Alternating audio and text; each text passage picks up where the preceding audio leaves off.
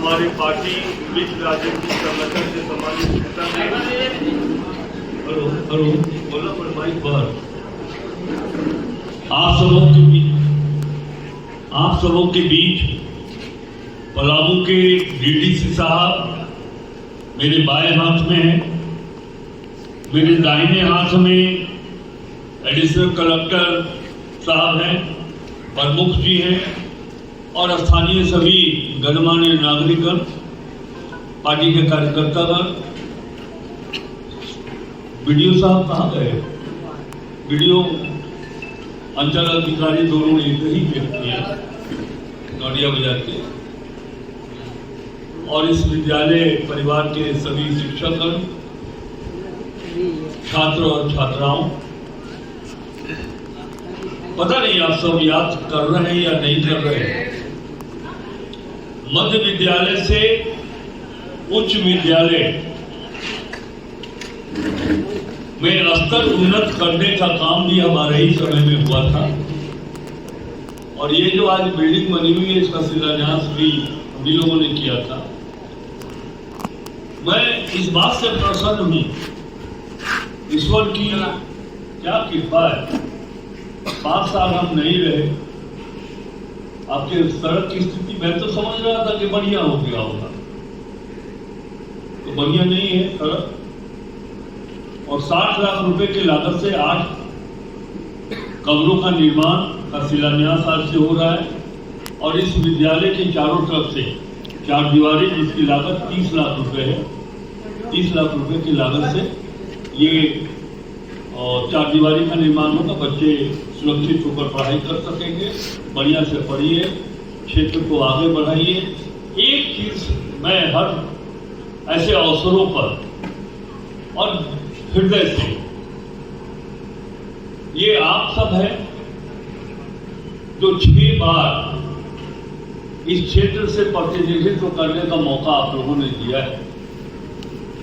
और इस बार तो आप लोगों ने कमाल कर दिया, इस बार तो आप लोगों ने मंत्री भी बना दिया मुझे। 2029 में जब चुनाव होगा फिर विधानसभा का, तो उस समय हमारी उम्र 74 वर्ष हो जाएगी। और 74 वर्ष की उम्र में जब शरीर साथ ना दे तो जनता का प्रतिनिधित्व भी नहीं करना चाहिए, दूसरे को मौका मिलना चाहिए। मैं इतना जरूर कहूंगा कि आप लोग प्रबुद्ध हैं, हमारे नौजवान भाई आगे जाएंगे, आगे बढ़ेंगे। जीवन में जो भी चुनाव करिए वो बेहतर चुनाव करिए। बहुत साधारण सी बात है, हम डॉक्टर बढ़िया खोजते हैं, हम आपके जैसा वीडियो साहब खोजते हैं,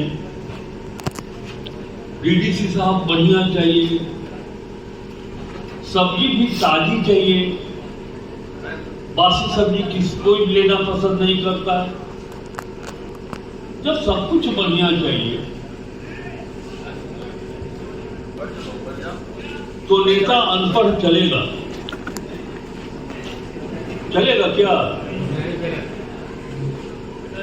नेता भी बढ़िया चाहिए, कोई भी बढ़िया हो सकता है, जो बढ़िया लगे उसका चुनाव करें।